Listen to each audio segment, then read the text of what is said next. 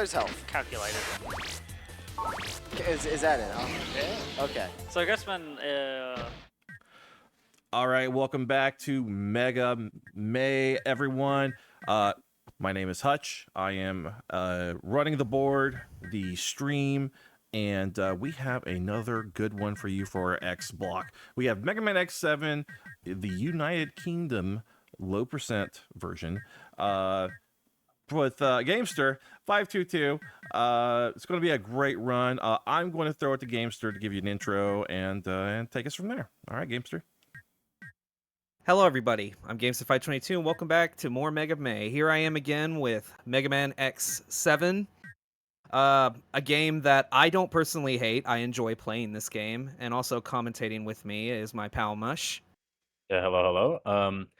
So I don't run this game, but I did beat this game on the US version, which, if you know, if you don't know, we're gonna explain later once we get into the run. But let's just say that is the hardest version imaginable. So okay, so yeah, we are playing normal difficulty on the UK version. We'll explain that, but I'm gonna go ahead and count to three, like count from three when I say go. So, 3, 2, 1, go. good luck. We are gonna skip the cutscenes. So, but except for one cutscene, because it's a cutscene I'm pretty sure a majority of people have never seen before. No, yeah, like, again, the cutscenes are funny here, so, you know, you don't expect, like, team-ups like this, but I will get into the team-up later, so... Yeah. So, hey, look, it's not X. Yep. It's my boy Axel. Love him to death. I think everybody here loves Axel, like, despite everything and you know, his introduction, that is, well, to put it mildly, very human, humanly designed. We still love him. We still love him so much. Yep. Yeah. So to explain the difference between the version that we're playing, you see, what most people don't know is that the American version of Mega Man X7 that everyone is aware of, the main cast do less damage, as in, I think they do only half damage. But if you're playing the Japanese version, you have the original damage tables where characters just do a lot of damage. Now, the reason why we're playing the UK version, or the PAL version, rather, and this is on the Legacy Collection 2, so anyone with the Legacy Collection Volume 2 can play it this way. It gives us the English voice acting with the Japanese version damage tables. So basically, normal mode, PAL in Japan, is the easiest this game can get, while American hard mode is the hardest this game can get. Yeah. But we want to go fast, so of course we want to deal more damage. No, yeah, of course. I mean, you've told me, like, how many times you've beaten this game on hard mode on the US version. Like, yeah. I remember when I got this game for my birthday alongside X8. I got both X7 and X8 for the PlayStation 2 for my birthday. It was like back when I was like 15, I think. But regardless, now we're playing as Zero, best sword wielder. Yeah, but unfortunately he's watching this game. Like, okay, the problem with Zero here is not that he's a bad character. He still does a lot of damage, but he's damaged a lot worse compared to like previous games, and not only that, like, his slashing is much slower compared to the other games. But it does come with a cool feature that you can reflect shots with him. But which will definitely come in handy later. Yeah, definitely. Didn't mean to interrupt you. Sorry about that. No, it's okay. You're the runner. I'm just here to commentate. I'm just here to make sure that you are still nice and awake. Otherwise, I'm gonna be screaming like Axel in the English dub.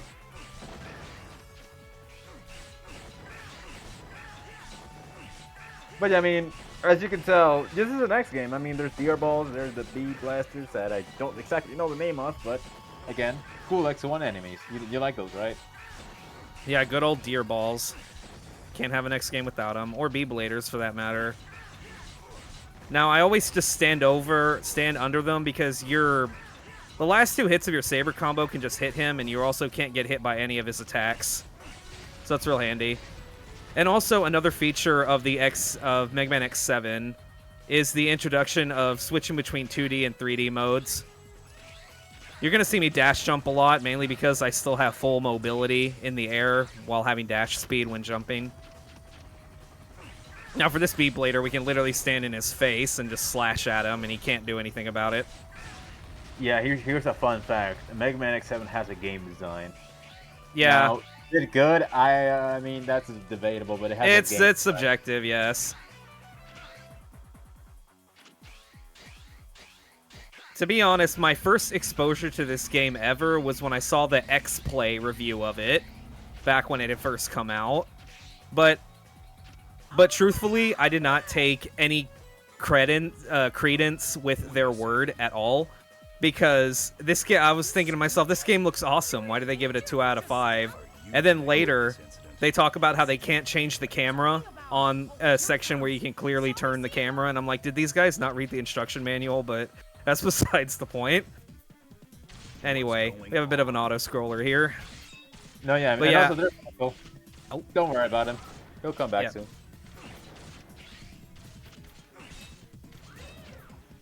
But yes. So anyways, here's the feature that I was talking about.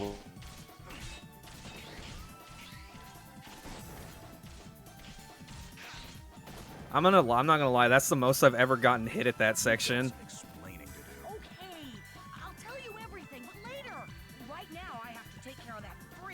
And also, just for clarification, what low percent is for this game is essentially we're beating the game without grabbing any heart tanks, any sub tanks, the weapon tank, and not rescuing any Reploids or even getting the EX tank or any of X's parts for that matter. But we will not see X. We will not play as X at all for this entire run, so... Yeah, we actually lied to you. We actually lied to you. We're not playing Mega Man X7, we're just playing 7. My bad, I'm sorry. Now we're fighting the giant scorpion. Yeah, what we want to do is we want to destroy the tail as best we can, or at least try to. He gets a lot of iframes up until... Okay, once he destroys claw and his tail, then he starts taking full damage. Yeah, Axel is better for the job here. I have seen runs of this game where they use a 0 more, but we're gonna be safe.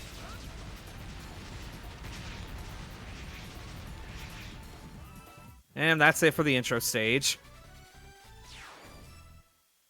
You know, all things considered, this is actually a really good intro stage.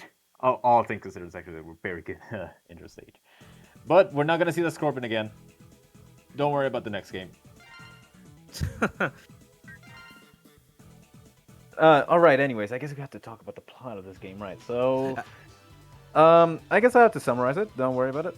So, Axel, is clearly, this new kid in the block.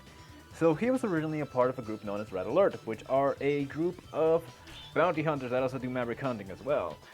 And in a way, at first they tried to do this to help a little bit with Maverick Hunter HQ, which is where X is in. The problem is that X decided to retire out of his own position because, he's kind of exhausted of this constant cycle of violence that 100 years later, we're still in the damn building again. So he decided to retire, and now he's more of a general than Cygnus, which is funny to think about. But we're gonna talk about the story later. But the point is that Axel decided to retire out of Red Alert for reasons. And because of his retirement of Red Alert, shenanigans are ensuing around the world. And now Red Alert is doing a bunch of chaos again around the globe, with his leader, Red, making a bit of a trade offer that, they just had to give Axel, and everything will be fine. But Axel's a bit stubborn, so there's that. And also Zero's here. Don't worry about him.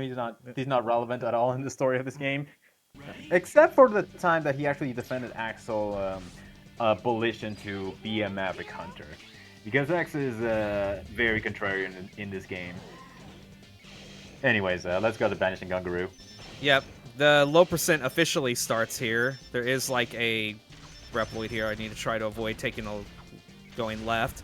Now, I'm not too worried about the health of this ride armor, because we pretty much only have it to just get through this hallway section. Because we are going to get another ride armor in the next section. So I'm just going to kind of dash our way through. Be careful with the Reploids. Like, they are... Now, the thing you have to understand about the Reploids in this game is that they die by literally anything. You just exhale and they just die. Now, normally this is horrible, but the good thing is that they respawn if you let them die. It's okay. You don't have to worry about that. But for now, we actually want them to die. That's right. We're vile. In the double sense. So we actually wanted to die because it makes low percent a lot easier. And even though it's not going to be as noticeable on these stages, there is one stage where we genuinely want to use that, because otherwise it's basically impossible for this category. You're going to see which one it is. Yeah, in one stage there is a Reploid that is insanely difficult to avoid, and it also is a Reploid that gives you a chip upgrade, which what chip upgrades do essentially just give you like passive buffs essentially. I almost got it. Usually if you could time the little ground pound there. Oops. Dang it. And then there we go. I already messed up the run. Sorry about that, everybody. I'm gonna be real. I completely forgot that guy was even there. Yeah. Again, as I said, like the Reploids in this game are much more friendly compared to X6. If you know, you know. But unfortunately, that plays against our favor when it comes to low percent.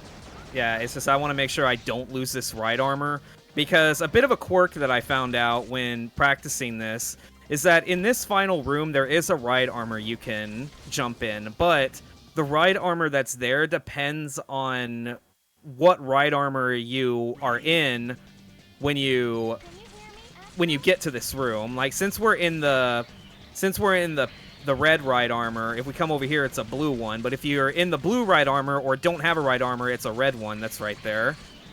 Which we want the blue one because it makes the boss much easier.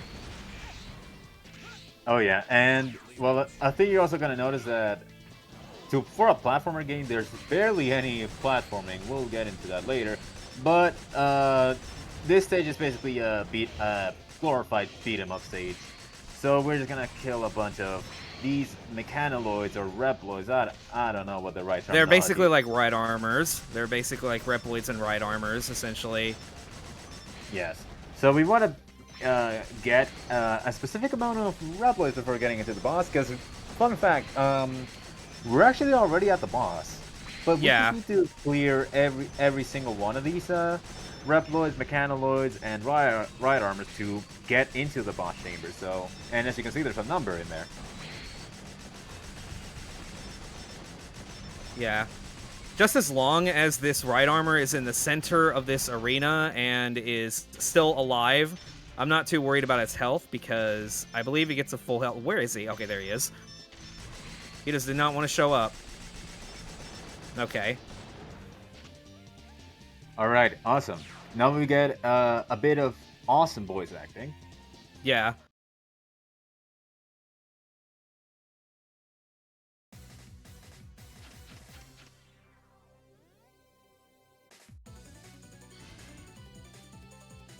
Blonde hair and a saber? You must be Zero. So they sent an S-Class hunter to stop me, huh? But you'd need a dozen of them to beat me. How sweet. Looks like you're having a swell time swinging around your new toy. Stop treating me like a kid. Why, I oughta. Hey, calm down, or you'll have to take a time out in the corner. Love to see it. Alright. So now I'm just going to get in the ride armor. But yeah, see, the ride armor's back to full health now. Yeah, I mean, you gotta love that interaction with Piccolo trying to educate Bart Simpson here. So anyways, Gongaroo is one of the more annoying fights in the game. many people consider it actually the hardest Maverick fight in the game.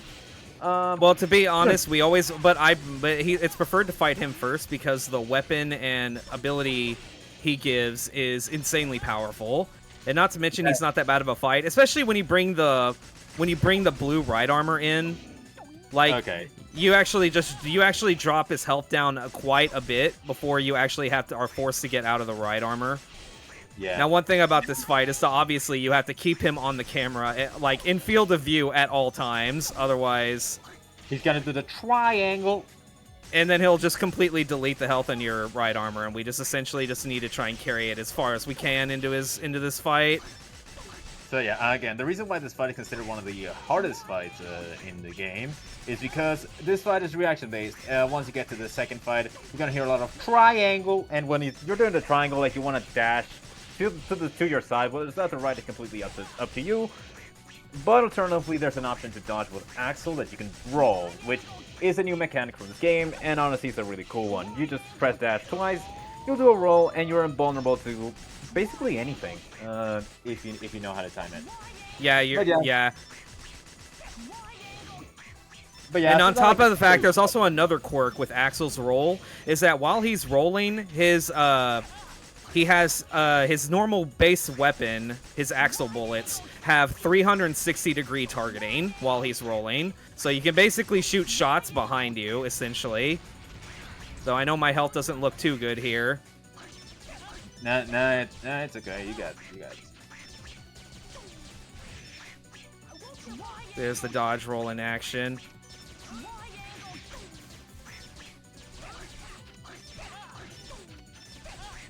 Damn! Shout out to Pythagoras. Yeah, see, basically you could shoot at him while you're rolling away, and there we go. Very, very good fight.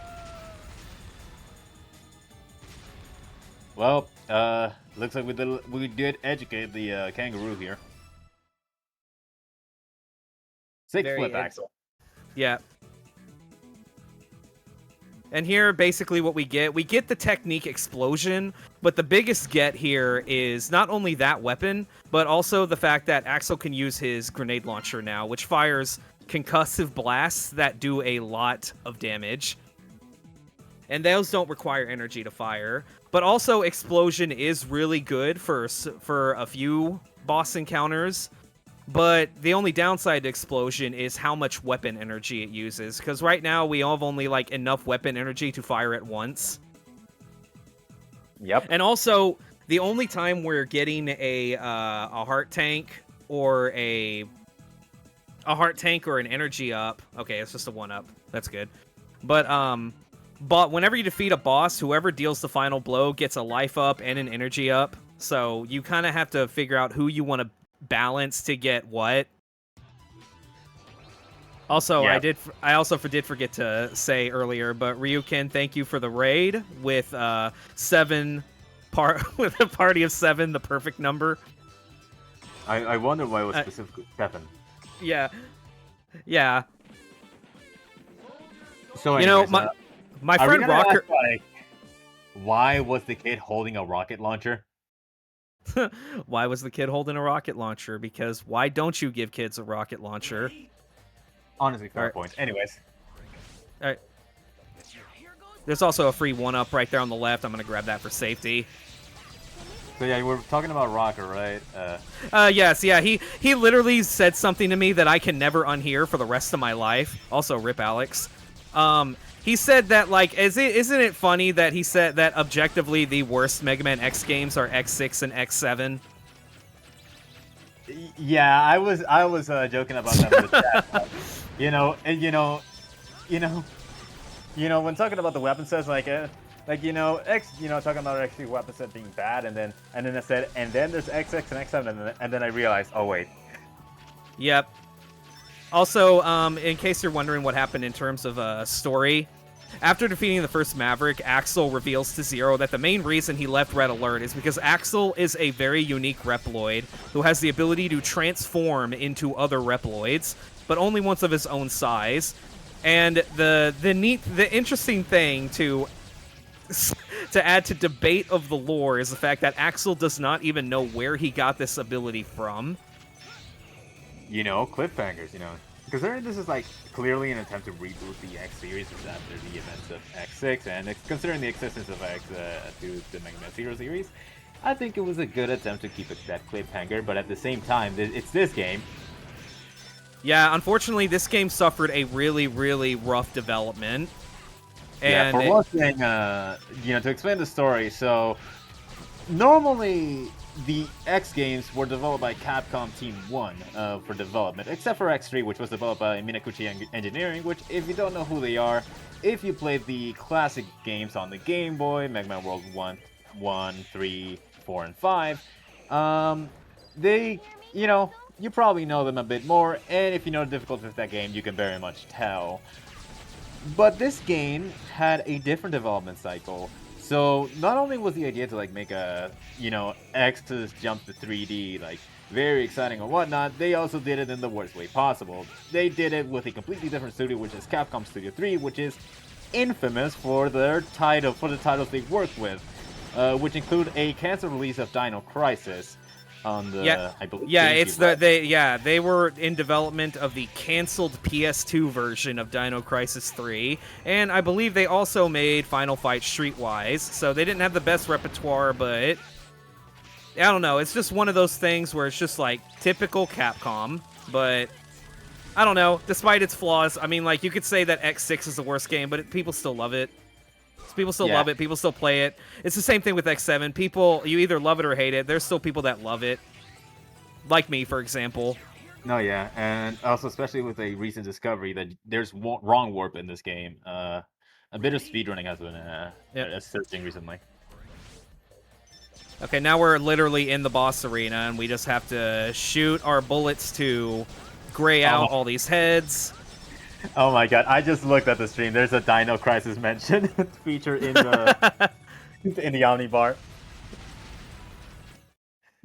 That's funny. Alright, but now we're fighting the boss now, Soldier Stone Kong. Stone Kong is the easiest boss in the game, and it's not debatable. Yep. But we love him anyway. Also, there's Axel's grenade launcher if anyone wanted to see it up close. There you go. I want one in real life, but... No, yeah, Dino Crisis is a based game. I love Dino Crisis. I know that. Both you and I know they are being manipulated. Now, I'm gonna see if I can quick kill this guy. It's not easy, but I'm gonna try. So he's gonna jump over. I'm gonna fire Explosion. And then that's gonna make him go over here. And then, dang it, I fired too early. It's fine. Yeah, basically what'll happen is that he'll do that, he'll throw his shield. As you can see how much damage just firing this thing regularly does. See, the fight's already over. Yeah, the only thing that does that much damage in the base game is X. Because Zero doesn't even do that much damage. I played more of the second one. You haven't really played the first one. I think that's funny because it's the exact opposite with me. I've only played the first one and I've never played the second one. But now we also get Gaia's Shield, which is a weapon, to be sure. Yeah, imagine like permacharge Frost Shield, but without that extra bonus feature. but not good. But without the extra bonus feature that it guarantees HP drops. Also, we have to rip to Alex, Ben, and Charlie, and Dave. Yeah, I'm definitely gonna remember then. Yeah. I won't forget you, buddy. And now, after beating this stage, Axel's talking with Zero about, like, everyone in Red Alert were my friends. They're also really skilled Reploids. And then Zero's just, like, rebuffing, like, well, they're also criminals. So it's just like, come on, don't be like that. I mean, they're good guys, well, until they just changed one day. So that's pretty much all that we had for that. And then... Yeah. Oh boy, time for... You know, normally this is the easiest stage in the game. It's just Hold Right Simulator. But because we're on low percent, this is actually the hardest stage in the game, and it's not even close. Yeah. I have to kind of go slow here, because I haven't committed to memory where the Reploid placements are. but like they like to spawn right in front of you, and if you just like dash real, like they can literally spawn on the frame that you get past. Okay, there we go. Nice. You gotta let the mini boss kill them. You know, let the torpedoes handle them. They can deal with it. There you go. Woo, W that was mini close. boss. There we W go. mini boss. Thank you for killing that guy.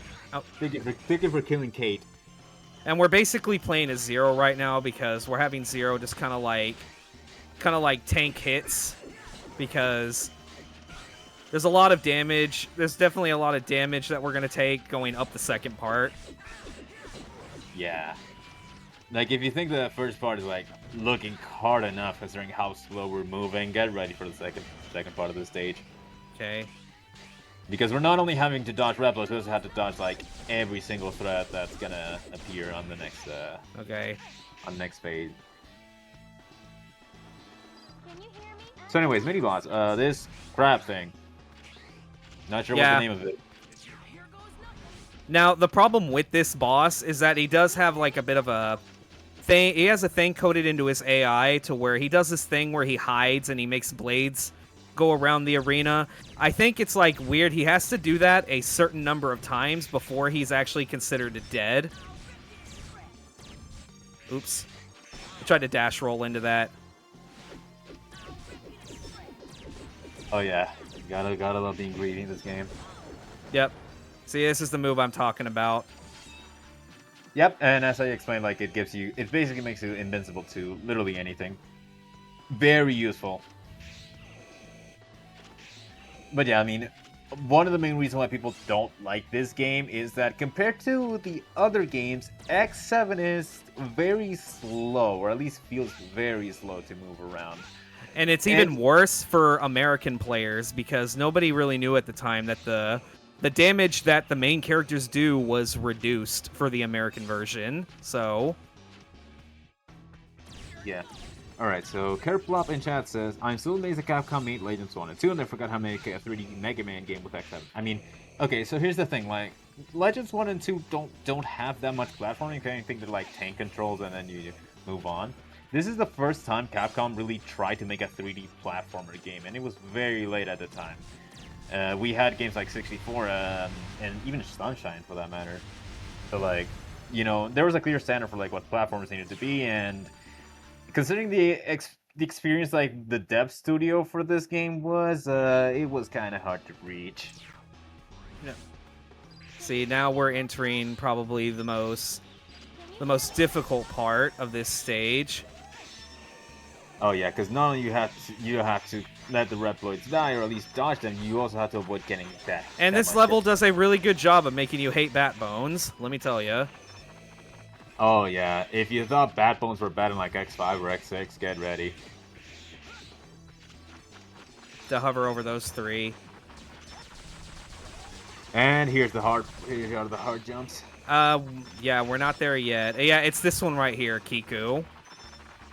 Okay, Kiku, trying not to get Kiku here is really hard.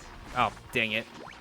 Well, okay. Yeah, that's what I'm saying. Like, that's the hardest Reploid to avoid in the entire game, just because you're constantly getting hit by things. It's gonna interrupt your movement in the air, and then, like, it's just bad. Yeah. Now, that does force a chip upgrade, and the game makes it, you know... Oh, yeah. Yeah, this is what I like to call marathon luck, it seems. Okay, no, it's fine, it's fine. You didn't get anyone, I think. No, I didn't, but... Oh, no. Game is crazed, yes, okay. Now, because I've tried in all of my attempts, I've only ever avoided that Reploid successfully once. So... Yeah. But... since we are forced to use that chip upgrade, I'm mainly just going to put it to one of my characters just for super recovery, because it doesn't really add anything at the end of the day. Because usually all the health pickups in this game are pretty much just full health restores anyway. Yep. So I'm sorry, I've already let the category die twice already. I mean, when I tried looking for like a runs of this game on this specific category, There are none, and I really wonder why. You just gotta love the game, bro. But that's true. Right. Get on it. You could get the world record right now. Yeah, I get the world record in a category that I'm the only person that will ever run. I mean, look, regardless of what you do, I guess you can get the world record no matter what. So Yeah. So anyways, those were Yoku blocks. Anyways, Yep. and hey, we're near the end of the stage. We are at the end of the stage. So are you gonna use 0 for the? Okay, yeah. Yeah. I gotta keep the fun fact for once the cutscene ends. Yeah. Welcome to my silly, silly stage. Here goes nothing. What? No funny? But I tried so hard, so hard. Okay, try again. Around and around. Okay, I get the picture. Let's get this over with. All right, so Tornado Tunyon is weak to Soldier Stokong's abilities. Now, Zero just literally aura farming hurts the dude. Now, after the second hit, however, that's where he moves to phase 2, and I'm just going to get behind him right here, time this to do that explosion.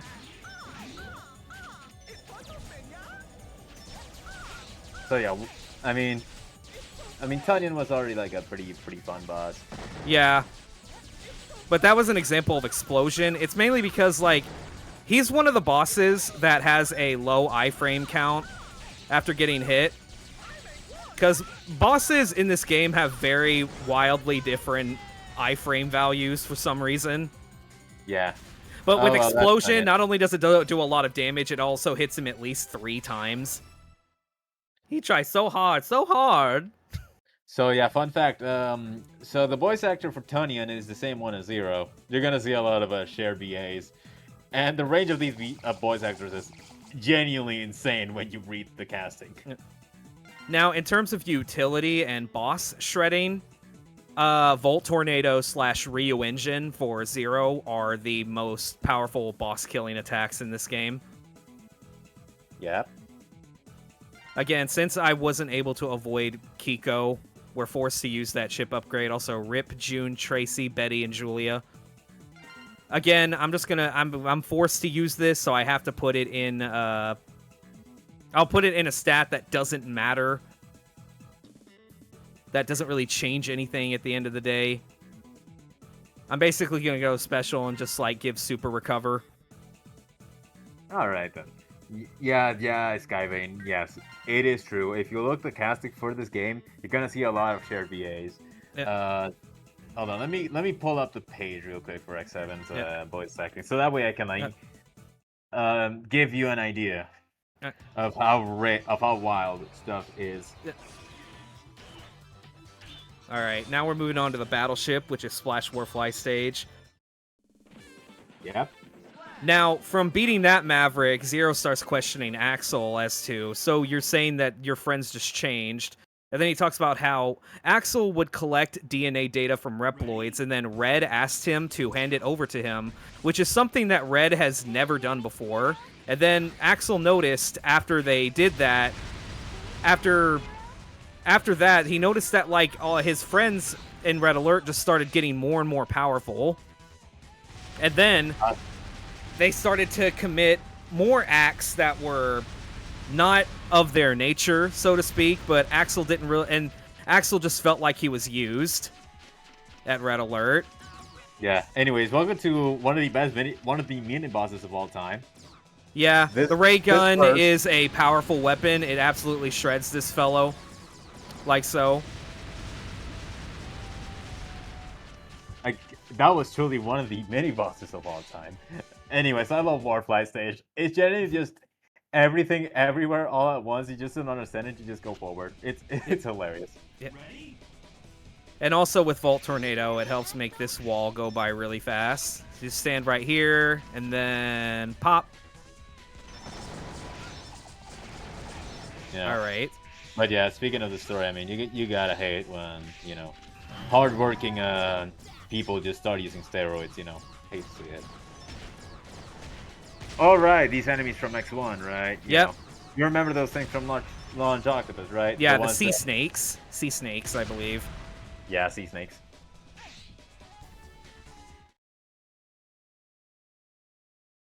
Axel won you Alright. over in command mission. Well, rightfully he should. Yeah. I love Axel as the third character. I think he's cool. Yeah, but anyways, we are approaching what is objectively the best mini-boss in the entire X series. Ladies and gentlemen, say hello to the humanoid bridge. Now, the way we beat this boss is we have to essentially destroy all of its cannons on its lower half. And I like to use the dodge roll to avoid getting hit.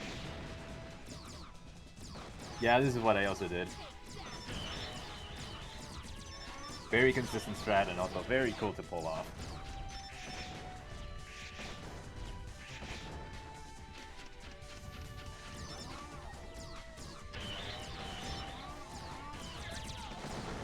Look at Humanoid Bridge, man. He's so cool. He moves around so slowly, and he also has like a 20-second introduction. You can also reflect the fire blast he shows back at his head, but it doesn't really do anything. Like, it doesn't, like, make his fireball attacking go away quicker. In fact, it makes it last longer because he has, like, a stun animation. So it's better just to dodge the shots when he fires them, and then just blast everything else. Right, I mean, we are approaching the boss, and of course, we gotta have platforming, which is shocking in this game. This platform is actually really cool, though. It's just the perspective that kind of messes you up. We're gonna have Zero take out Splash Warfly here.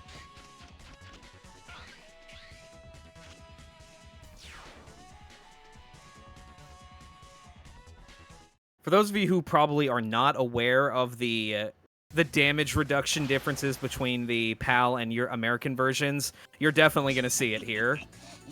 Yeah, I could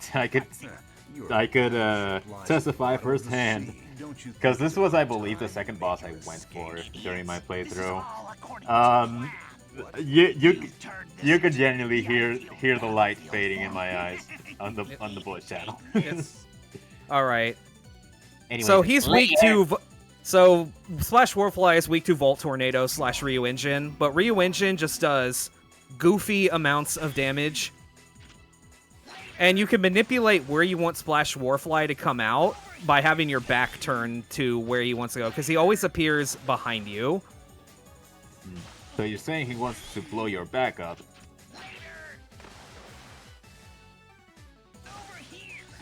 Anyways. Yeah. So anyway, I mean, yeah, you can generally tell the difference between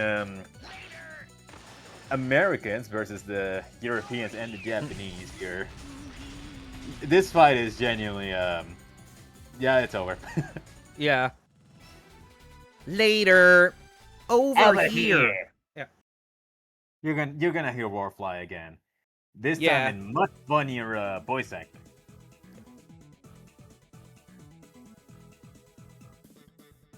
Sui Retsuin.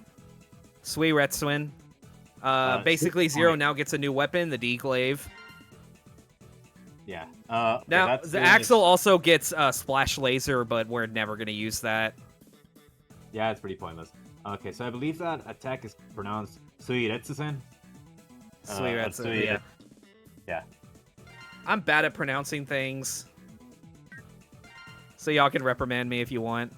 Now, after beating that Maverick, now they're at the top of the base, and then Axel starts reminiscing of the fact that Red Alert's not the same anymore, and then, like, he left because he was being used, and the DNA data being used because of him, and then that's when he points out to Zero that there was no one in Red Alert who was able to use DNA data to power up Reploids, or Mechanoids even, and so Zero just starts to think, so how did they do it then? But now we're moving on to Flame Hyanard. Again, if you know, you know the stage. Yep. And honestly, this is one of the best stages in the game, level design wise. Yes, I do love the design of this stage. Of course, I'm just gonna damage boost through some nonsense. We're also gonna let some red boys die. So can you please let that mechanically come in? Thank you. Yep.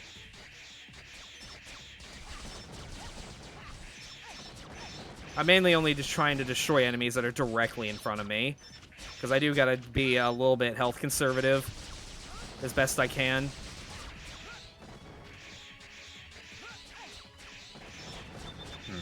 Also, the sonic emitters are back in this level, which they do a lot of damage and they also guarantee knockdown.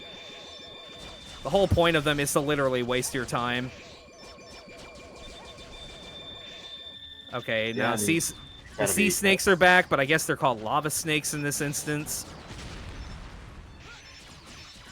It's okay. They just stand still and explode. We've used the ray gun. Just gonna grab that one up. All right. Better save the pregnant.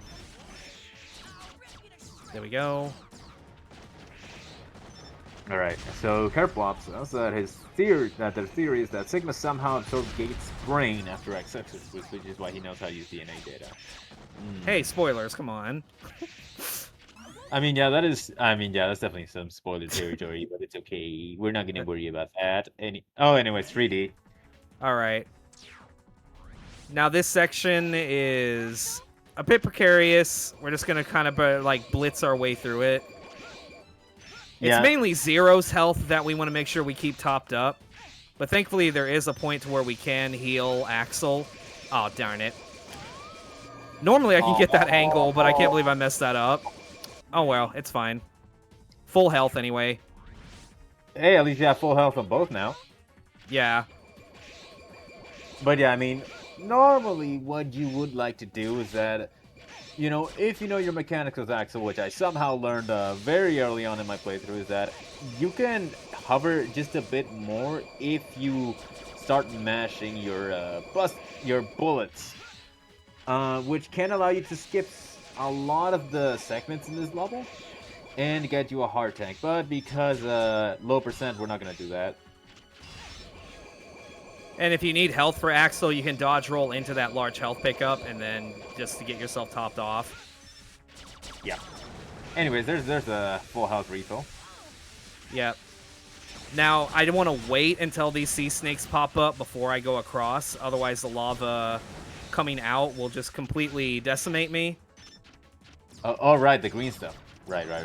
Yeah, when they splash lava upwards when they come out, and it's a guaranteed knockdown, and usually if you're over lava, you'll just die because in this game we're what's up? We have to listen to the voice line. Yep. It's the guy.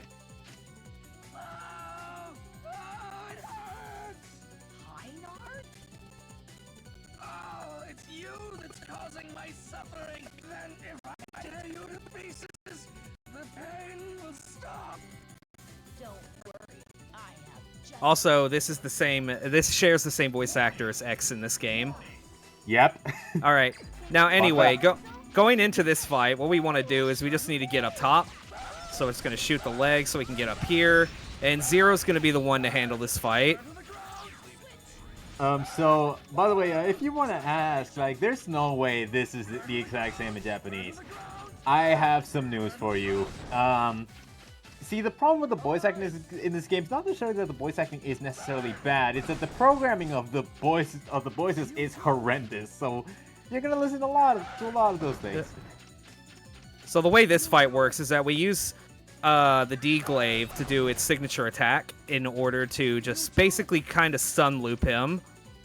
We just need to, basically approximate where he's going to be when we use it. That way he'll just kind of walk into it. Yeah, I would have thought this fight's easy. Because normally what people would do is just hang on by the neck and then just start flashing or just spamming the bullets at him. Which is less safe, to say the least. Anyways, we relieved Hyenar from his pain. Which is good. Yep. Burn! Burn to the ground. We are essentially following the weakness order here. Yeah. Alright, I hope you guys are big fans of the R2 button because Heinar just gave us Baku Engine. Which is basically Zero's Giga Attack, but it's not a screen nuke. It's more of like a around you nuke. Also, Rip Roven and Roy. You're losing ranks. Maybe you shouldn't let that many people die, but unfortunately, they don't know our mission. Anyway, now we have a bit of a flashback cutscene that goes after defeating the 5th Maverick, which shows Red is in the middle of a mission, and basically some Reploid just appears out of nowhere and starts talking to him about how if he thinks the Maverick Hunters are bad, and like he's a sympathizer for their cause.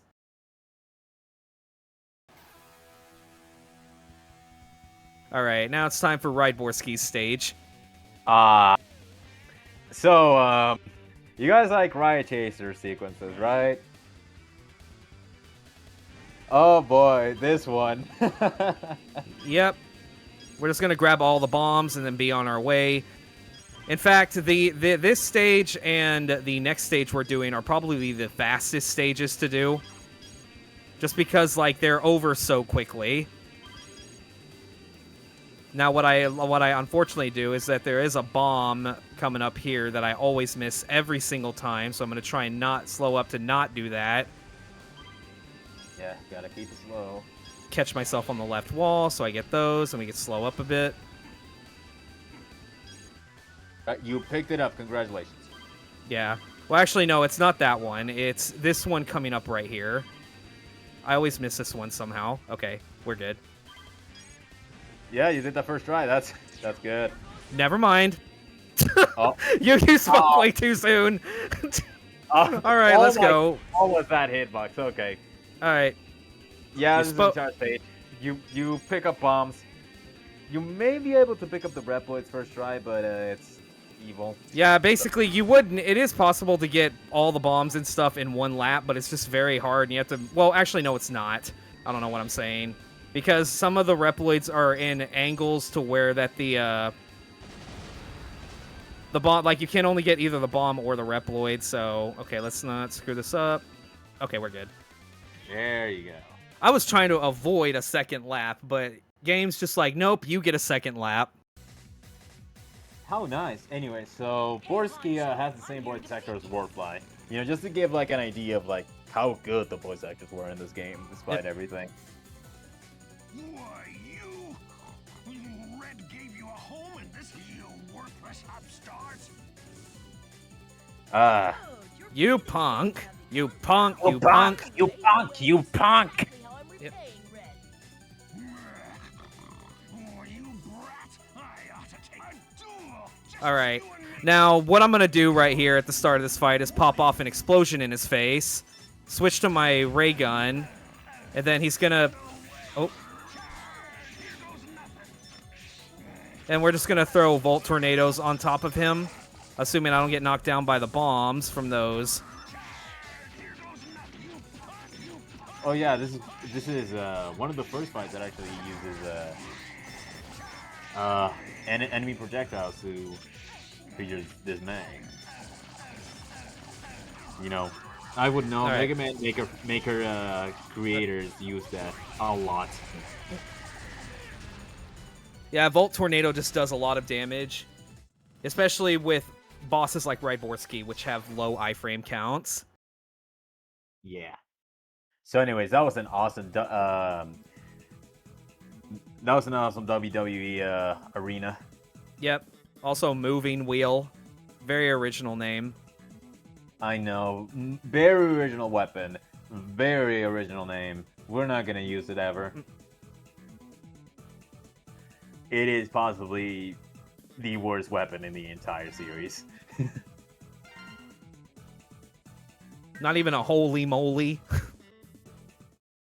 We'll do that next time. And now we get another flashback scene of this mysterious Reploid talking to Red, talking about, like, you want to place a wager on an idea of mine. Oh boy.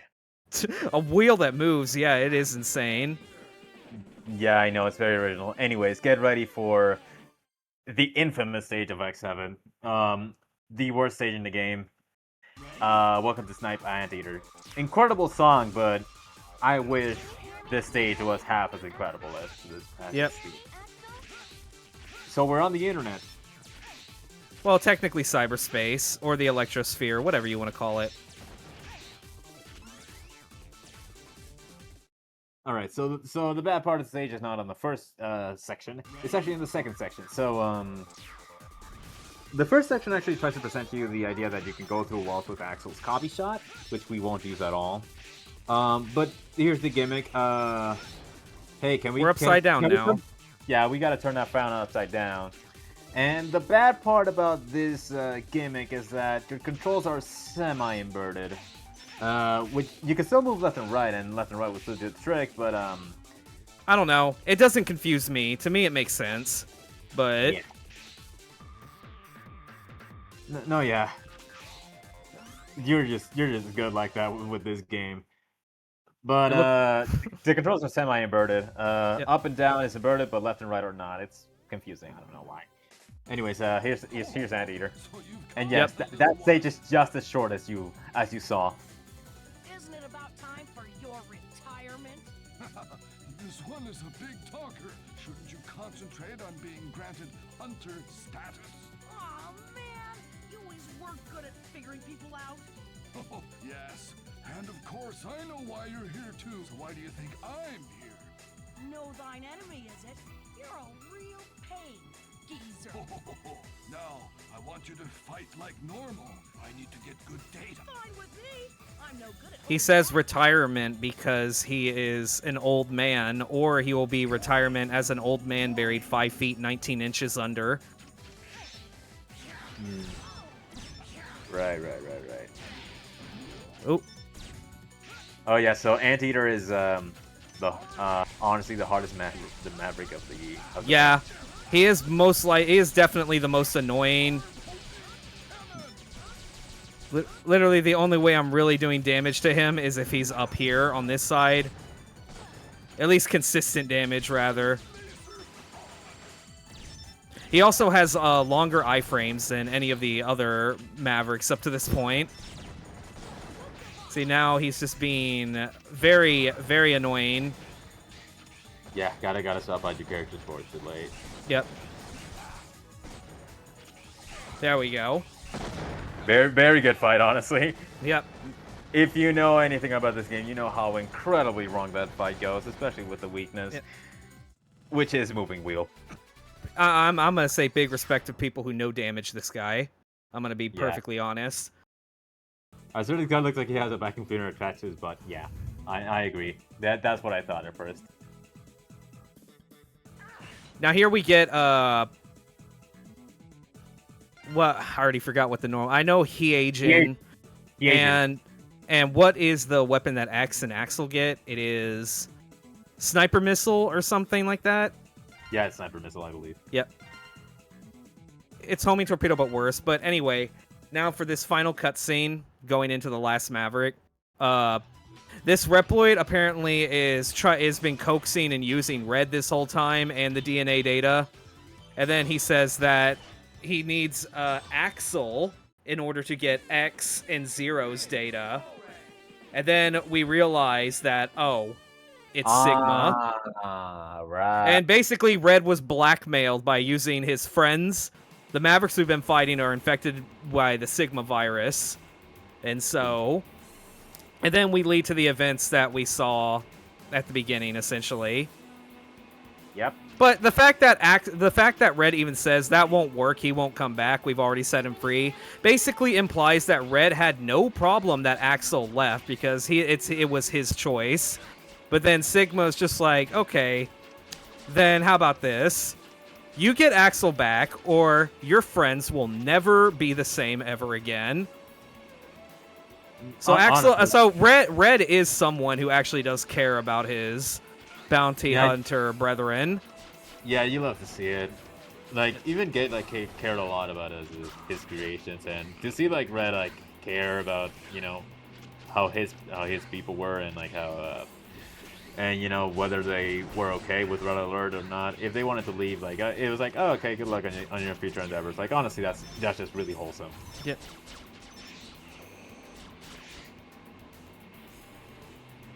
All right, we're done with that section. This first section 100% is a nightmare. Oh yeah, if you know about the heart tank. Yeah, Oh, the heart tank in this stage is hands down the worst one to try and get.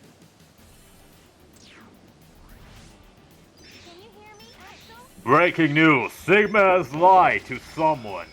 Very relevant to the plot. More news on 11. In other news, a fork was found in the kitchen. All right, now we have a bit of a mini boss here, and he's dead. So we're moving on. Wow, that's such a difficult boss.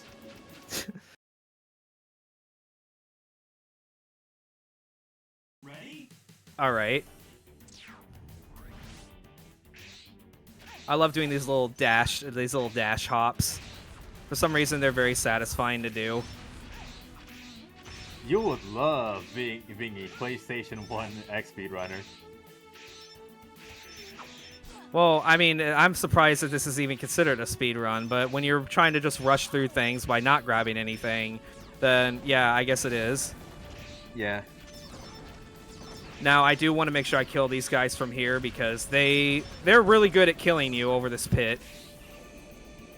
Yeah, say what you will about the red alert, they have much better aim than literally any enemy you've ever seen in the series up to this point. Yep.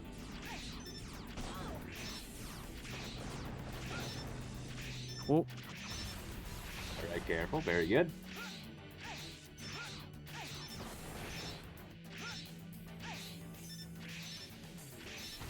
All right, and with that, we're already at the boss. And personally, when Krolrang is my favorite Maverick of this game. Take a wild guess to who the voice actor for this Crow is.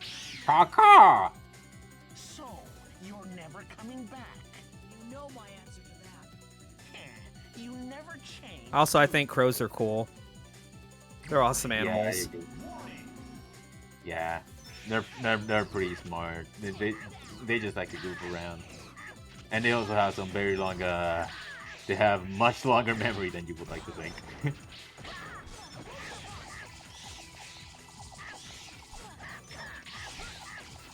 Just gonna do as much damage as I can here.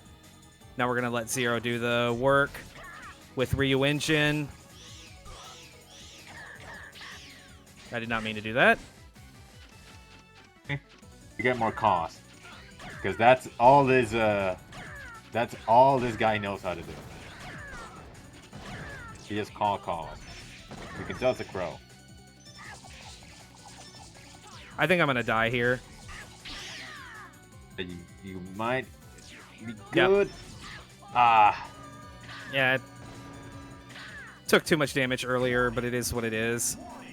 Yeah, so the voice actor for this boss is Jack Merluzzi, who, if you remember what I said, same voice actor as Tunyon, and by proxy, same voice actor as Zero. Yeah, he did miss High Note, unfortunately, Mogo. This is the last Maverick, I believe. Yeah. I normally never struggle this much with Krolrang. He just wants to do an amazing presentation for the run. Like, he's pulling his best shots. Anyways, good fight. Yep. And with that, we've cleared all 8 Mavericks. Look, Mogul, it's okay. We have the refights as well, so yes, you will have another chance.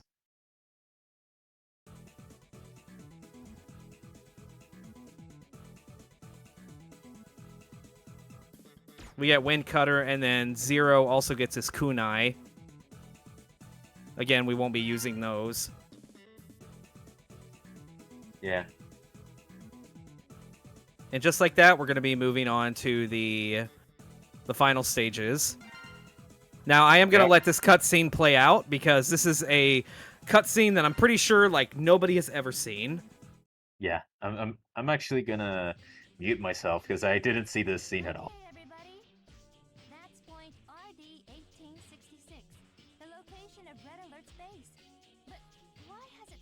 shown up on our radar screens. It's as if they wanted us to find it. That's just fine with me. I'll destroy whatever they throw at us. Zero, you know how much trouble he's caused. Don't underestimate him. Don't sweat it. Let's get this show on the road. Ready to rock, Axel?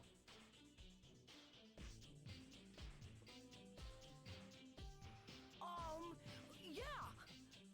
Just hold out a little more, Red. I'll be there to put an end to this. Wait! Zero! Axel! Huh? Could I tag along? We can't afford to allow any more casualties. We're heading for a war zone. Just the type you hate. Are you sure you can do this? I'm not going to fight. I'm going to stop this madness. Do as you please. So yeah, you can either unlock X by either rescuing 64 Reploids or beating all 8 Mavericks. Yeah, and honestly, that is the only time this game properly characterizes X. Yep. But because we've been using Zero and Axel this whole time, we won't be using X. On top of on the count of the life ups, and not to mention the damage, the DPS for both Axel and Zero right now are really high. So, yeah. That being said, X is basically your X60 for this game. He does crazy amounts of damage. I believe single buster shot does the exact same as an explosion, if I remember correctly. Yeah, a charge shot. Yes, a charge shot. Even a half charge shot does the same amount of damage as just firing a concussive blast from the grenade launcher. Now here we have an auto-scroller section. Yeah. Look, it's the armadillo from X1. Don't you like Technically, that it's called a mole borer, but yes. And so, alright, the X-Hunter's base, then Red Alert's base, and Optic Sunflower's lair. The North Pole has had several tenants at 21XX. Well, this is 22XX, but yeah. I'm not sure why are we putting residents in the North Pole, considering Santa's there, but whatever. Wait, does Santa exist in the X games?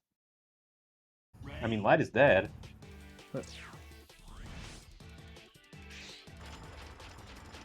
Now this is probably the most dangerous part of this stage, because there is a pit towards the end that has an invisible wall that I've encountered every single time I've practice run this, so I just need to bear that in mind. Yeah, you gotta bear that in mind, otherwise just skiing all the way to your doom. So let it ride. The mole borer won't flat out kill you, but it will do a lot of damage if it touches you.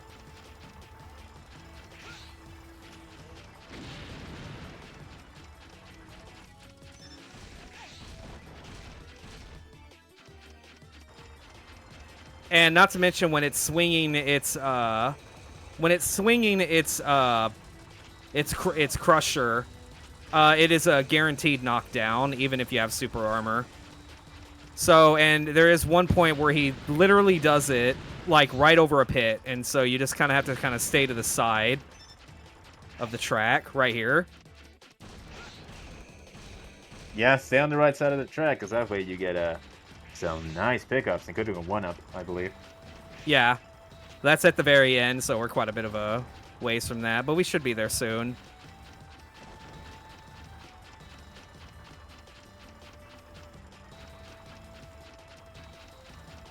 Gotta love lack of a background in here. We're just in brown. I know we're probably like high up, but I just like to pretend we're just in brown.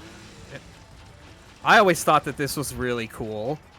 It's probably like my favorite stage design-wise, personally.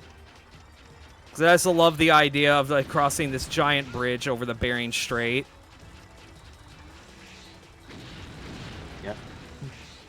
And yes, I like to pay attention to where the location on the world map and where these stages take place. So apparently Red Alert's base is literally in between the connection of of Russia and Alaska, which is the Bering Strait, I believe. Yeah, it is. Yep. And So, now, yeah, now we're gonna fight Mole Borer. Very difficult boss, to say the least. Yeah. Every single input here is nearly as frame perfect as it looks. And he's dead. 2 explosions is all you need. Yep.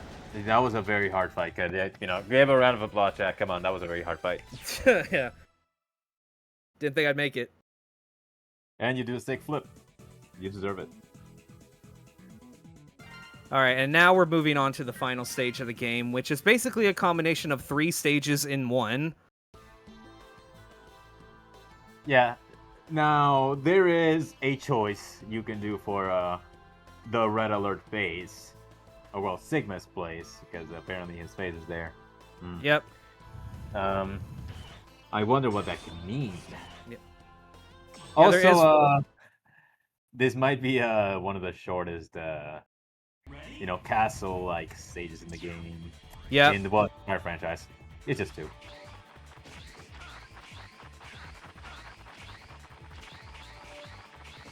So, we have some bit of platforming, you know. I hope you guys like wall jumping in this game. Now, we didn't mention anything about wall jumping, but it's severely janked. There's a very good reason we're not dash wall jumping in this game, and it's because it actually makes us go lower. It pushes us further back. So as you can see, I'm using the dodge roll to get past the rock there. Yeah, don't without getting hurt by it.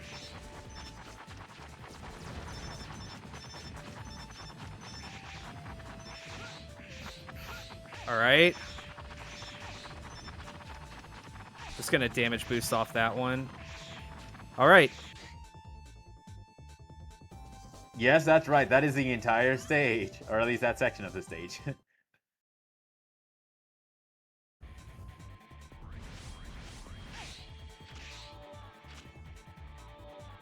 So, now we get to what many people consider the worst fight in the franchise, or in the X series. I actually really like this fight. No, me too. I actually wish, like, you know, the game design was actually better for this fight, because otherwise this would actually be one of the coolest fights in the entire series. Yeah, this is one of my favorite boss fights in the series. Even though it's pretty simple, but it's just that the risk is very high just because we're surrounded by a gigantic pit. Yeah, so we have red. Yeah. So, you see those platforms all surrounding the place. So red is going to teleport to one of those. And he's going to spawn a bunch of clones as well. Yep. So the gimmick, of course, is the game expects you to, like, master the 3D... the 3D aspect of the game. So of course you're going to, like, learn how to aim with Axel, or just learn how to rush B with Zero, or alternatively, if you have X, you're just going to learn to charge your buster and just aim at him. Yeah. To be honest, the easiest way, but longer, to do this fight is to use Zero's Heijin, because you could do it from really far away, and Heijin just, like, auto-locks on to a degree. Yeah, but what the speedrunners do is that, they just rush B with Zero using his, is it called a Ryu engine here? I'm not sure. Yeah, Ryu engine, yeah, that's what it's called. That's so original from them. And also, you want to avoid getting hit by the pink tornadoes as much as possible, because the pink tornadoes will literally take like half your health off. And also, they do a lot of knockback, and you die a horrible death. Now, the way you want to like maneuver in this fight is you want to be jumping to the next platform before your shot connects. That way, you can avoid taking a hit from Red shooting his shockwave at you. Now that he's at the halfway health point, now he's going to change his AI a bit. Instead of teleporting in with the black orb, he's going to fade in, and he can also go all the way to the starting platforms. And unfortunately, that didn't work. And then when he does transition in his black teleporting orb, then he will do pink tornadoes. Now, unfortunately, while he's like this, you can only hit him once before he goes away. Well, then again, I guess that's just the safe way of understanding it, really. Yeah, like again, like the game expects you to like, hey, you mastered the 3D mechanics of this game, right? So we're gonna throw you a curveball and give you the biggest Aw, test dang it. yet. Ah, you died. Okay. Yeah. Yeah, again. I accidentally pressed the dash button twice, like because like my nerves were acting up in my thumb, and I accidentally pressed the circle button twice. I mean, dude, I know you were a fox, but we're not in the place to do a barrel roll. But Sorry, yeah, the double taps happened by mistake. Yeah. So again, like the game expects you to like master its 3D mechanics up to this point, and it's why this fight is like very hard. The problem is like the 3D mechanics of this game are, as you can probably tell if you played this game or even watched this game with enough attention, not that good. So it becomes a little hard to deal with Red's movement.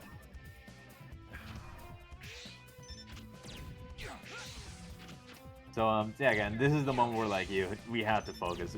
We normally have to like focus up a lot because to master Red, you really have to pay attention to what he does. I am shocked to see when I see the speedruns like just de-engine this guy over and over again, and somehow make it work. All right.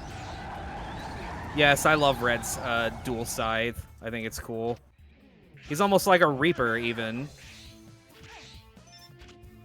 Okay.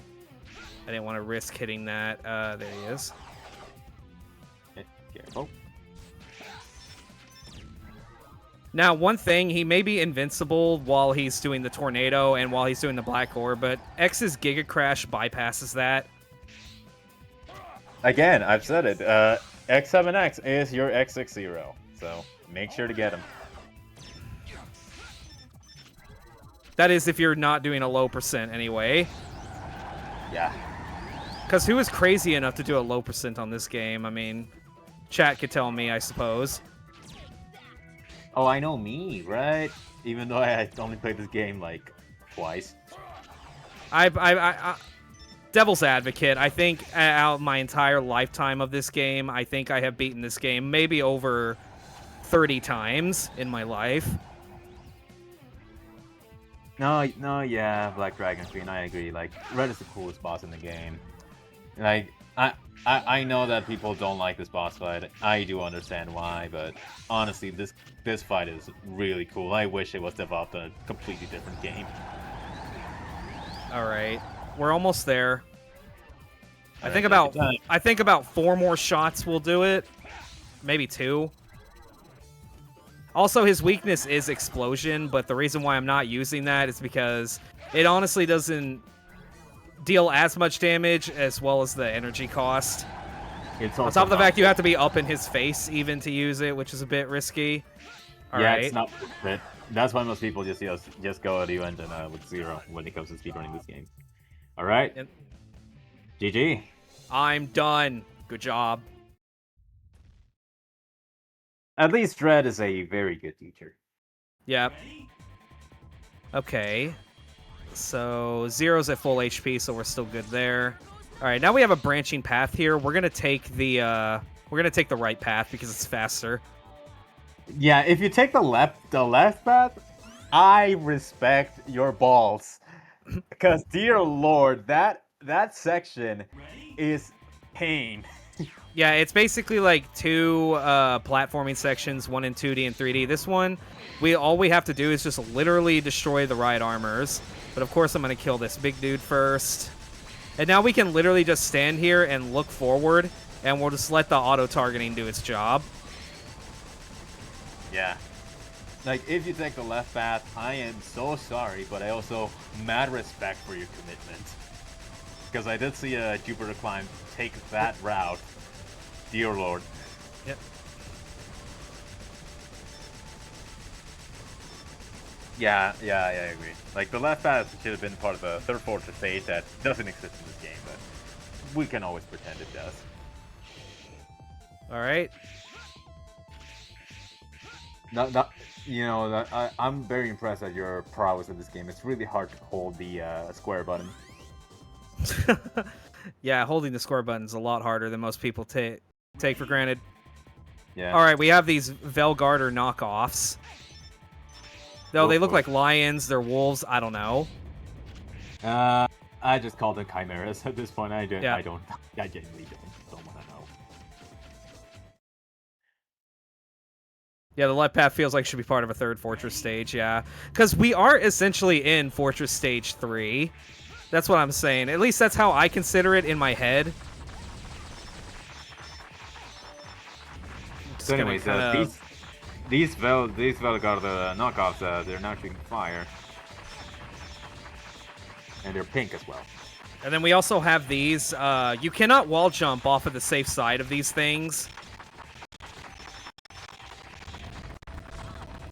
Now, one mechanic that you should have probably... the game expects you to learn at this point is that you can dash over pits.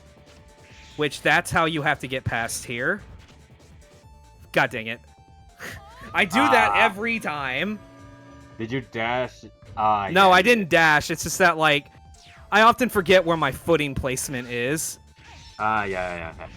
Please say what you will about this game. The checkpoints are really generous, so if you mess up once, like, you'll be fine. Yes, the checkpoints in this game are... Yes, that's what happens when you try to jump on the side. You literally just get hurt, and you get knocked off.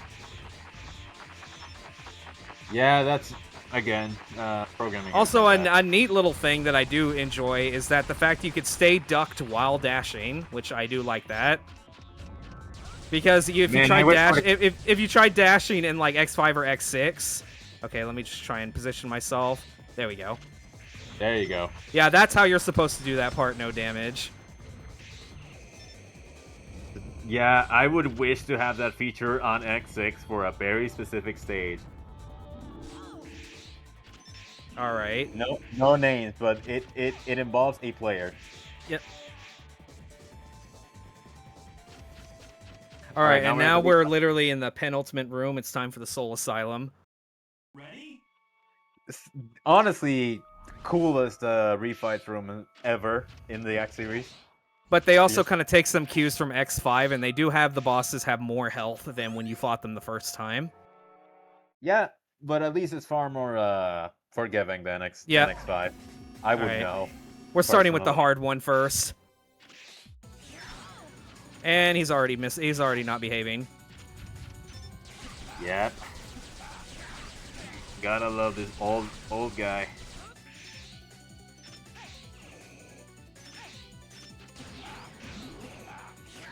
And because he has more health, his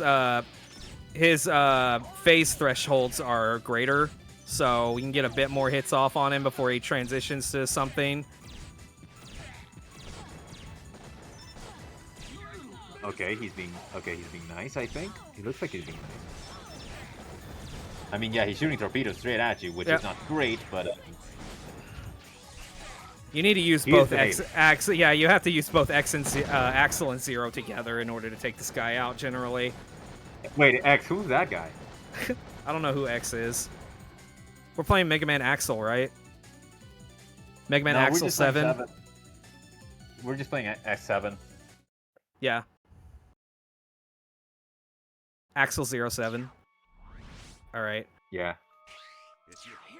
Thankfully, you do get a full heal and a full weapon recharge every time you defeat a boss, or die to one even.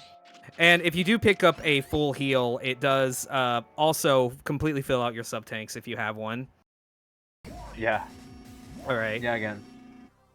This game is very generous with its pickups and its checkpoints. Alright, Krorang. Ka-ka. Oops. Sometimes it is possible to kind of dodge that, like, shockwave that he does in reverse. You just have to time it correctly by rolling in the direction that it's going. There we go. Nice.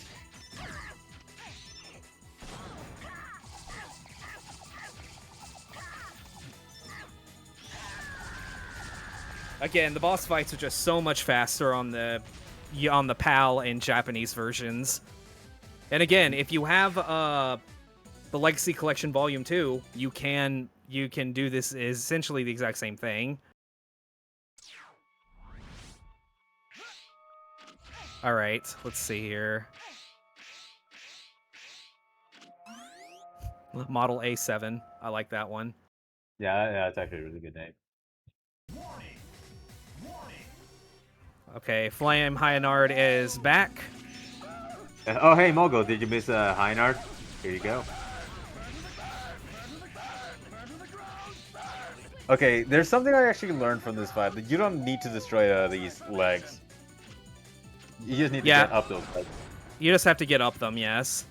Now, of course, you are moving, and your character will move against the against where this thing is going, because physics in this game is weird. I don't know how the physics are programmed. I'm kind of scared to see.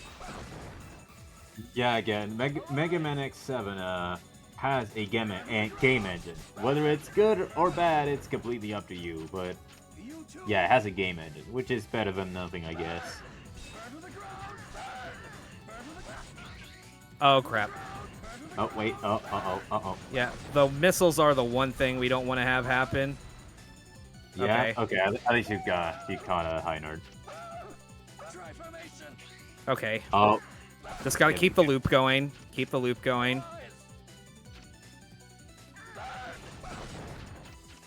Yeah, I kind of hate how Heinard's friends here are just blowing up. You know, they don't deserve to blow up. We're just hitting Heinard. We're not dealing with them. Why are they blowing up as well? All right, everybody, rip Hyanard, everyone's favorite Maverick. Yeah. That's the last you'll see of him. Yeah, I know. Fat. Bynard.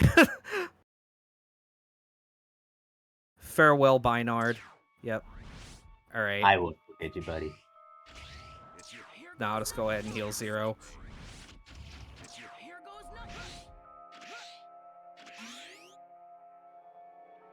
He was hot stuff. He'll forever burn in my heart. Yeah. All right, here we go with the fight against Gongaroo again. As you can see, his right armor has a bit more health now, but thankfully we have Volt Tornado. Yep. Now we don't have a ride armor to make this fight go a bit faster, so I basically need to swap to Zero when I deem it necessary. He's too quick to move to hit with Ryu engines, so if I want to hit him with Ryu engines, I gotta wait until he does the uppercuts. So in other words, we're just basically pelting him like we did before. Get your then he'll always. appearance ready. And I did the. I forgot I had the D-glaive equipped. Okay. All right. Ah. Nice. Oh no, never mind. I didn't hit him. Ugh.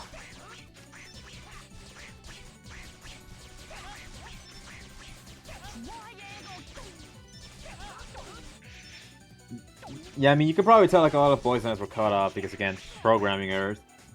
Yeah.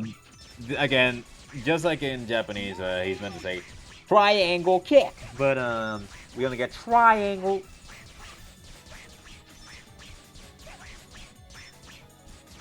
Also, like, there's a lot of new stuff in this game.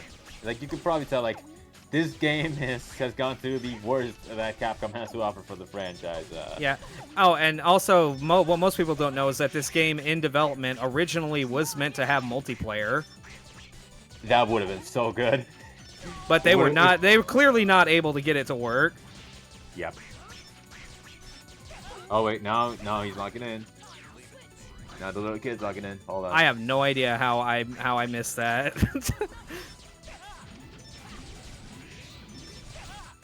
When you have a child lock in, you got to be ready. Yeah, I mean, those memes about, you know, the world has suffered its greatest crisis. Send the 11-year-old. Those memes are no joke.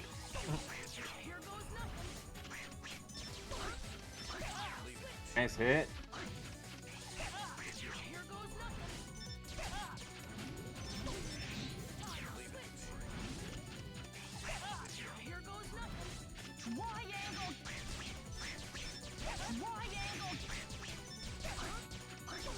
There we go. Very good fight. Dragged out a bit longer than I would have liked, but hey, a dub is a dub. We take it. Yep. Again, L comes before the dub, so It's better than dying and have to do the whole fight again.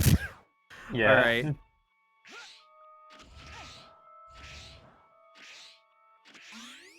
So we're 4 down, 4 left. Ah, yes.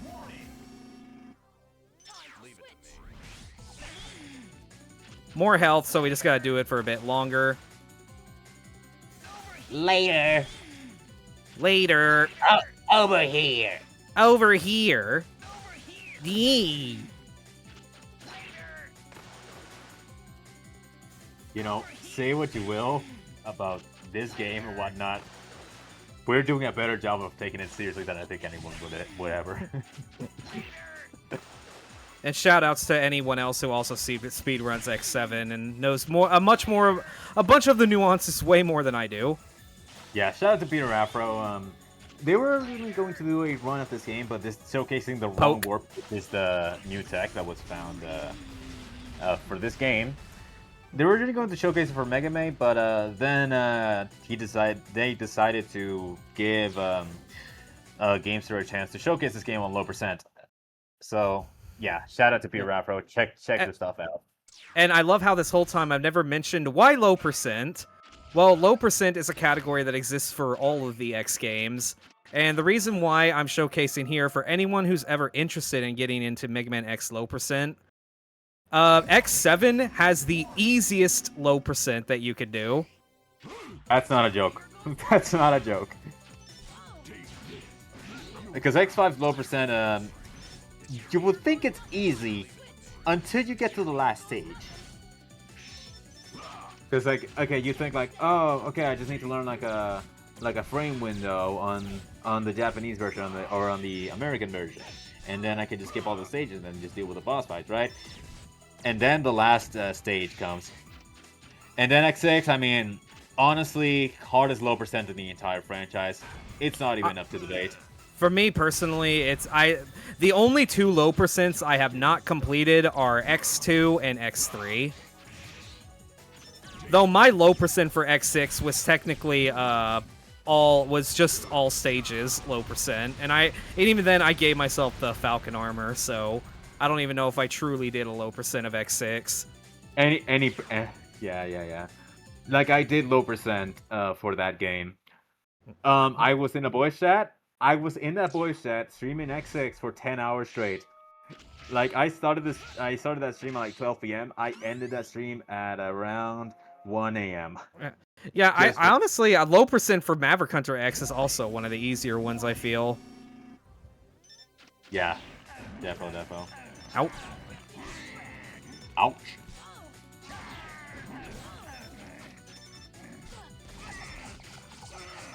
Using 2 explosions instead of 1 definitely really hits his health bar pretty hard. You punk, you punk, you punk. You punk, you punk, you punk.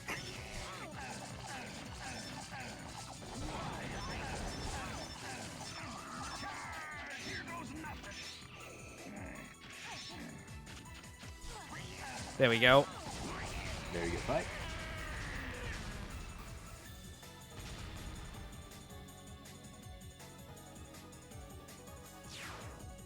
But yes, for anyone interested in low percents, starting with X7 is the easiest. Preferably just PAL with Japan or PAL on normal mode is a good starting point. I don't know how much I would recommend you trying to do low percent on the American version. I mean, that's what I did originally. Alright, time to Aura Farm again. Let's go Aura Farm against ourselves. Yep. I mean, Zero has experienced Aura farming against itself, right?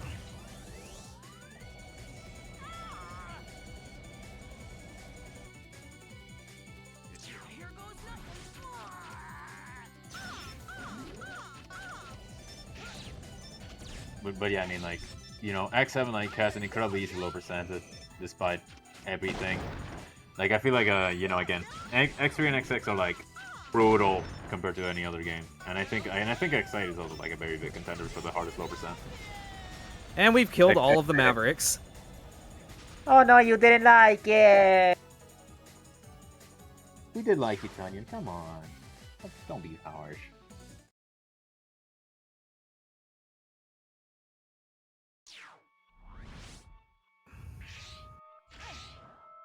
Alright, so we're up to the final boss. Honestly, fantastic boss theme. Yes. The name of the first fight against Sigma 1, the theme is called Our Blood Boils, and it is hands down the best boss theme in all of the X games. Probably aside from the Lumine. X vs. Zero. Yeah. Probably X vs. Zero too. Yep. X vs. Zero is also incredible. Yeah, like, even if you don't know X7 at all, you probably heard the song for very good reason. It's iconic. Yeah. Alright, now this is also a bit of a scary fight. Mainly because this guy's damage snowballs hard. What we want to do is we kind of want to do Ryu Engine here while staying inside of his gun so we don't get hit by his shots. Because his shots do a lot of damage.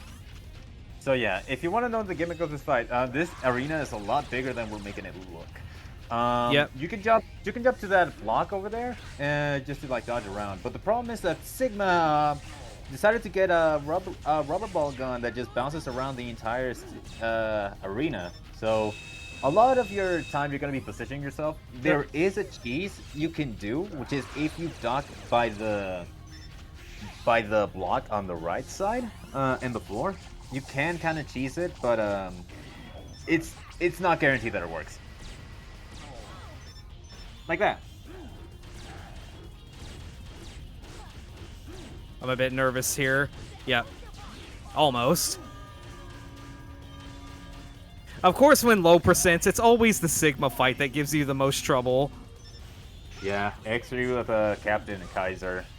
X6 was a Homeless Sigma. I don't know what the original name of it is. I just call it Homeless Sigma. And then Hell Sigma, which in Extreme, which it was the low percent I did. Oh, brother. Then you have Final Sigma W and X5. Then, you know, Sigma on X8 is also, like, very hard.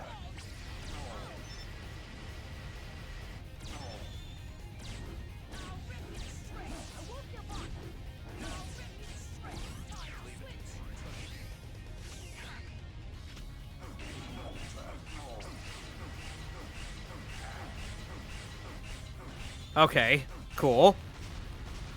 Yeah, again, Sigma's worst weakness, hitting him by the shins. It works. Alright. Now, I'm probably am going to take a death here because of how low my health is. I love how people say that, like, Sigma's bigger than the planet. No, we're just above the clouds. That's all it is. Yeah, I'm not sure why he grew in size, but hey. Oh, jeez. I didn't know he was Alright, here we go. I didn't know he was Barney, and Barney is a dinosaur. So, yeah. Now, this fight would normally be hard, but turns out there's a funny spot where you can dodge virtually anything he shoots at you, and you can just spam explosions. Oh yeah, time is coming up, by the way, so... Yeah, it will be soon. So yeah, time is when Sigma's HP reaches 0. Always Not do that he zero. age in whenever he stands in the... Not this 0, but, you know. Yeah. Of course, there's the fist there. We're going to hit it with explosion. Now we're moving on to phase 2, where his mask is gone. It's just his head.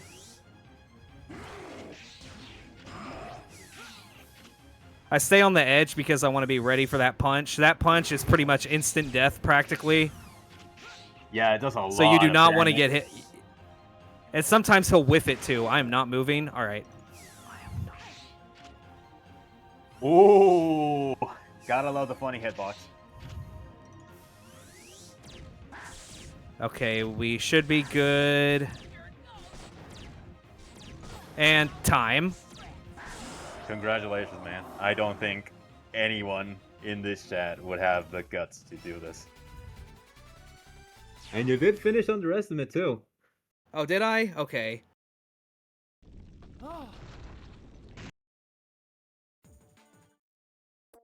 Now I am And now we curious get though. honestly an awesome cutscene. Yep. You did And an now awesome I'm cutscene. curious what my in-game time is. All right, let's see this long menu. Which, by the way, we didn't mention anything, but the menus in this game are horrendous. They are painfully slow. Let's see. Okay. 1 hour 16:33. All right. That's really good. Yeah. Also, you can take if you do complete a successful low percent, you can take it into New Game Plus. That way, you could just start a new game off that save file, and you'll have extra unlocked at the start. But yeah, that's pretty much it. What was my RTA time? 1 hour 33 minutes and 22 seconds. Oh, okay. That sounds about right. Let me check the Mega Man leaderboards now for 1 second. Because I do want to check this. Right. All right, let's see. X7. All right, any percent. Okay, you want to know something funny? You are not last place. You're not last place on any percent. And there's not a single low percent category here, so yeah. Yeah, so world record at Mega May. Let's go. Yeah, congratulations. But anyway, one thing. Okay, so I guess that's gonna be it for me. I am gonna go ahead and say we here at the 20X Expo, we're having a Kickstarter there is a Kickstarter for a Mega Man focused convention called 20X Expo. So be sure to check out the Kickstarter on that so we could donate, because we need funds in order for the convention to exist. I keep saying we, I mean, we're all in this together. But but also if you want to follow me anywhere, keep track of me whenever I do any shenanigans, though I'm a bit more risque with my humor whenever I stream or make videos. My Twitch and YouTube are my same name, Gamester522. And any support there would be greatly appreciated. And yeah, that'll be pretty much it for me. So yeah, again, I love X7. It's a fun game. If someone asked me to play it, I wouldn't really say no. I just feel like it gets more hate than it deserves. But I mean, say what you will about like X7 as a whole. I do think like the story is very good, which I can't say the same about a certain fourth game. And the music is also like very good. Good. Yep. I'm surprised like a lot of ROM hackers and like fan game developers are sleeping on the soundtrack, especially except for the XAD make, which knew exactly what was going for. Yep. Mega Man. Oh boy.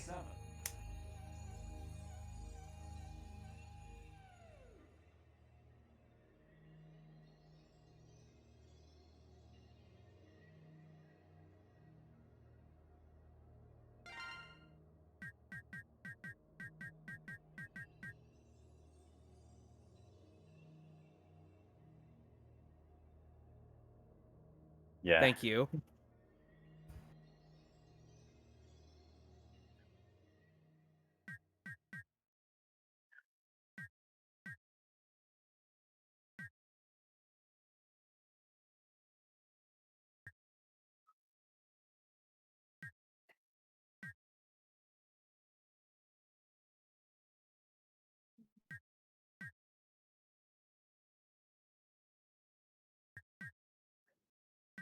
Yeah.